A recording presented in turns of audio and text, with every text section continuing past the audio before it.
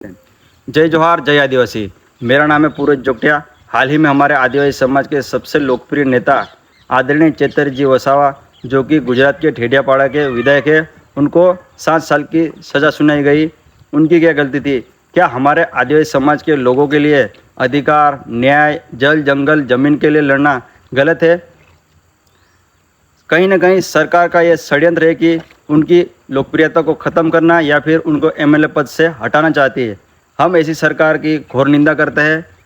हमारा आदिवासी समाज चेतर भाई वसावा के साथ है। जय जोहार, जय आदिवासी।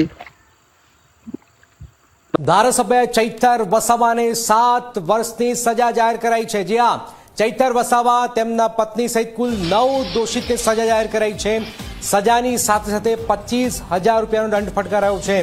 રાજપીપળા એડિશનલ સેશન કોર્ટે સંભળાવ્યો છે મહત્વપૂર્ણ ચુકાદો।